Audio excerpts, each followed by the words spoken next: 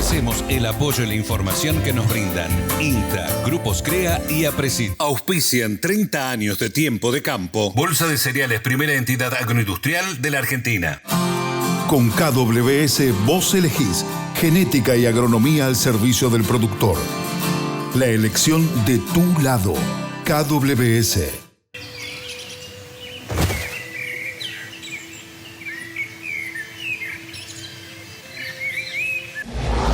Hola amigos, muy bienvenidos a un nuevo tiempo de campo especial. Centrados en el cultivo de maíz, nos da mucho gusto compartir segmentos de la última webinar de la empresa KWS sobre aspectos muy relevantes de este cereal: la sanidad, la estabilidad y el rendimiento. Cerrando el año de Celebridin, en que la empresa festeja 15 años de avances genéticos en la Argentina, este DAR, como todos, está dirigido a los productores, asesores y técnicos y enfocados en los aspectos sanidad y estabilidad del cultivo, mostrando cómo se produce el maíz en Córdoba, más concretamente en Río Cuarto. El intento es transmitir toda la experiencia de estos años sobre las enfermedades que afectaron al cultivo, sobre los programas de germoplasma y sobre el desarrollo de nuevos productos, con la premisa de hacer genética al servicio del productor. Desde hace 35 años el desarrollo del cultivo en la Argentina ha tenido un progreso muy grande a través del manejo de los productores, de la utilización de nuevas inversiones tanto en fertilizantes como en manejo de malezas. Desde el punto de vista de las empresas, la introducción de nuevas biotecnologías ha hecho que el cultivo de maíz haya ido incorporando nuevas áreas de desarrollo y de una alta productividad. En el caso de KWS, desde el inicio de nuestro programa nos hemos enfocado en traer germoplasma de última generación y germoplasma de varios ambientes, tanto de Europa como de Estados Unidos, como de ambientes tropicales. Pero hemos puesto foco en el aspecto sanitario. Si nosotros analizamos la evolución del cultivo de maíz durante estos años, en la década del 90 hubo una gran disrupción por una epifitia como fue el mal de Río Cuarto. Entonces, dentro de nuestros objetivos como mejoramiento cuando se inició nuestro programa, fue enfocarnos principalmente en el desarrollo de un germoplasma base con una gran tolerancia al mal de Río Cuarto. ¿Cómo enfrentamos el mal de Río Cuarto en aquellos años y a través de estos años? Fue con manejos, ya sea evitando el pico máximo del vector, entonces cambiando la fecha de siembra, mejorando con la siembra directa, todos los estreses que puede tener el cultivo a los inicios, o a su vez también con un mejor control de malezas, principalmente con la incorporación de la soja RR dentro de la rotación de los cultivos. Eso hizo disminuir la cantidad de hospedantes en el invierno de donde puede estar el virus o transitar el virus entre cada cultivo. Otro aspecto importante que trabajaron las empresas fue el desarrollo de un germoplasma tolerante. Dentro de esos objetivos, KWS puso mucho énfasis en tener un germoplasma base que le dé tolerancia a estas enfermedades. A lo largo de estos años se comprobó que el incremento de la siembra tardía mejoraba la estabilidad del rendimiento del cultivo. Esto nos llevó a pensar desde un inicio en tener un programa en la zona norte del país para estudiar las problemáticas de las enfermedades que tienen el cultivo del maíz en esas zonas. Es así como desde aquellos inicios comenzamos a proyectar un nuevo programa que íbamos a colocar finalmente en los alrededores de Colonia Carolla, donde se trabaja en el desarrollo de nuevos germoplasmas de alta sanidad. Ese programa está enfocado principalmente para lo que es no anea y las siembras tardías de Córdoba-Santa Fe. A través de este DAR y de distintos técnicos vamos a transmitir toda nuestra experiencia de todos estos años, ya sea con técnicos internos como técnicos externos, de lo que hemos trabajado sobre estas enfermedades que hablé y otras enfermedades, sobre los programas de germoplasma y sobre el desarrollo de nuevos productos. Este Este DAR se desarrolló en la provincia de Córdoba, donde encontramos otro sistema productivo con ambientes más bajos que el anterior y con un potencial que debemos cuidar con una genética adecuada. El doctor Gabriel Espósito se refiere a la estrategia genética en estabilidad de rendimientos y manejo de ambientes. Son fundamentales la densidad y el mejoramiento genético. Si nos remontáramos al inicio del cultivo de maíz, es una planta que no tiene nada que ver con esta que tenemos hoy. Desde la evolución ancestral producida por los indios, por los incas, los aztecas en América, el maíz era una planta que tenía macollos, que producía espigas chicas o pocos granos en las panojas, a llevarlo a producir una sola espiga a mitad de la altura de la planta, como lo conocemos todo hoy. Aunque van a ver que algunos eventos de macollaje o de varias espigas en la misma planta van a ocurrir en función de la oferta de recursos que tengamos por cada una de estas plantas. ¿Qué sería esta oferta de recursos por planta? Bueno, lo que nos va a ayudar a definir la densidad óptima de siembra. A densidad óptima de siembra, el tamaño de una planta tendría que ser lo mismo en un ambiente árido que en un ambiente húmedo. ¿Qué es lo que pasa? En un ambiente árido, la oferta total de recursos se reduce drásticamente. Hay menos agua en el ambiente y menos nutrientes en el ambiente porque además evolucionó en un suelo con menor nivel de desarrollo. En un ambiente húmedo, con una mayor oferta hídrica y una mejor calidad de suelos, vamos a tener una mayor cantidad de recursos. Cuando yo tengo pocos recursos, tengo que empezar a bajar la cantidad de individuos que pongo o la cantidad de plantas que pongo para lograr el tamaño de planta óptima, que me da la producción por planta óptima. Si yo tengo más oferta ambiental, puedo lograr ese mismo tamaño óptimo con una mayor cantidad de individuos. Entonces, la densidad recomendada es mucho más alta en el ambiente más húmedo que en el ambiente más seco. ¿Qué es lo que modifica la genética en este cambio entre la oferta de recursos del ambiente y la producción? Bueno, la genética lo que me cambia es la productividad por planta que me puede ofrecer.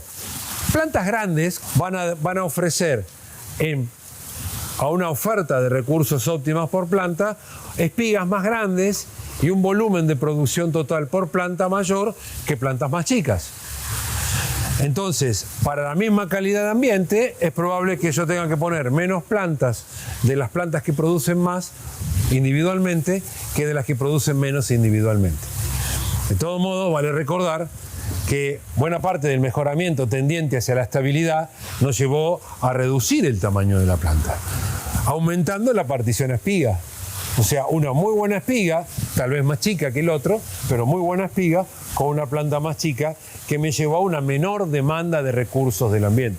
La densidad a aplicar varía por el manejo que se ha hecho del suelo y en especial por el cultivo antecesor. Esta densidad, al interaccionar con la calidad del ambiente, interacciona con la oferta de nutrientes. Entonces, la foto de la oferta de nutrientes, cuando el maíz tiene 6 hojas, un maíz que me llega a mí a la altura de la rodilla, es un muy buen indicador de cuál es la cantidad de nutrientes que me está dando ese suelo para ese cultivo. Si yo voy en ese momento y hago una medida de análisis de suelo para saber cuánto nitrógeno de nitratos tengo, y eso lo paso a kilos o a gramos por planta, que es el indicador que hemos desarrollado con los otros colegas en la Universidad de Río Cuarto, podemos decir que 2,3, 2,5 gramos por planta de nitrógeno ofrecido en B6 sería el óptimo de nutrición. Esta cantidad, 2,3, 2,5 gramos por planta, depende o varía o está influenciado por el manejo que hayamos hecho del suelo, principalmente por el cultivo antecesor.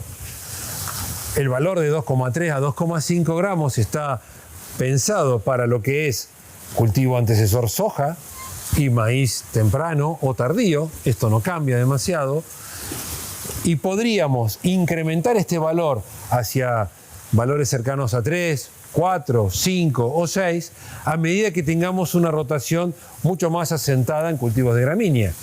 Si antes del maíz hago un centeno de cultivo de cobertura o antes de maíz hago un cultivo de trigo, voy a tener valores más altos de oferta de nitrógeno óptimo, valores que se acercan a 3 o 4 gramos de nitrógeno por planta.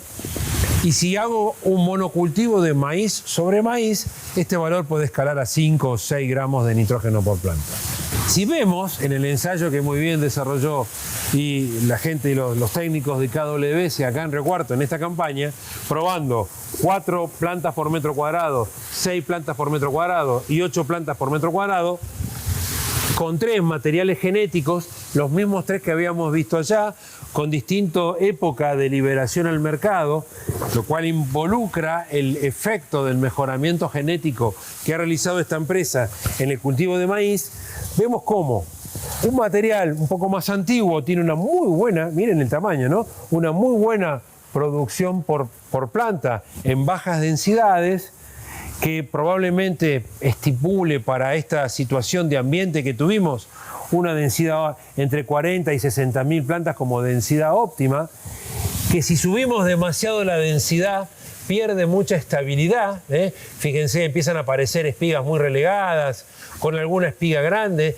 los efectos de dominancia acá se hacen muy marcados, frente a un material que tuvo una evolución genética mayor y que eso permite una mayor estabilidad productiva, generando una estabilidad tal vez buena con una mayor densidad de siembra, como es el material actual que más siembra o que más vende esta empresa en el mercado actualmente. Y si a su vez le damos un avance más en un híbrido que este es un número experimental, probablemente el año que viene ya esté como comercial en el mercado, fíjense cómo aumentamos la densidad y sostiene una buena estabilidad entre espigas. Estas son todas plantas que estaban compitiendo en igualdad de condiciones, ¿no? Acá hay 8 espigas porque había 80.000 plantas por hectárea, son 8 plantas por metro cuadrado, la producción de una planta al lado de la otra, igual que en todo lo que estuvimos poniendo acá arriba. Es probable que la densidad óptima acá lo ubiquemos por ahí, es probable que la densidad óptima acá se ubique por acá y es probable que la densidad óptima se ubique por acá. ¿Qué estamos viendo? Que a medida que fue mejorando el material genético, va aumentando la tolerancia a la densidad. El ingeniero agrónomo Malcolm Azcurra, del CREA, en las localidades de Melo y Serrano, aporta su experiencia a lo antedicho en los campos de productores a los que aconseja. Estamos trabajando con mucho foco en la interacción nitrógeno por densidad, tanto sea para los maíces tempranos como los tardíos, en donde el objetivo nosotros tenemos es encontrar el óptimo de densidad de plantas para cada ambiente y para cada fecha de siembra en cada zona que nosotros hacemos la agricultura variable, que bueno, es algo que vino para quedarse. Lo que nosotros estamos haciendo a través de estos ensayos es encontrar la cantidad de plantas óptimas que necesitamos para cada ambiente. Por ejemplo, en un maíz temprano, quizás el óptimo de plantas tiende más hacia 70, 72.000, 75.000 plantas logradas en ambientes muy buenos con napa, en años llovedores, y en un ambiente muy bueno equivalente pero en tardío, tiende más hacia 68, 78, 70.000 plantas. Y bueno, el objetivo con estos ensayos, donde hacemos contra de hacer 4 densidades crecientes, ¿no es cierto?, desde 30.000, 60.000, 90.000 y 120.000 plantas. Hacemos esa cantidad de bloques, digamos, de densidad, lo repetimos en 4 bloques, o sea, hacemos 4 repeticiones y cada repetición tiene una dosis de nitrógeno que va de 0 de N, kilogramos de N por hectárea, 100 kilogramos de N, 200 y 300 kilogramos de N. Creemos que este tipo de ensayo de interacción de nitrógeno por densidad en distintos híbridos, en distintas fechas de siembra, en distintos ambientes, nos ayudan a comprender cuánto es la densidad de plantas óptima y la dosis óptima para cada ambiente agronómica, pero sobre todo la económica, que siempre es un punto menor que la agronómica, ya que es la densidad óptima de producción, pero dividido o relativizado la renta. Y así llegamos al final de este espacio Agradeciendo como siempre su presencia, su apoyo, los invitamos a un nuevo Tiempo de Campo, en esta misma hora y en este mismo canal, Telefe. Les deseamos un excelente fin de semana. Auspició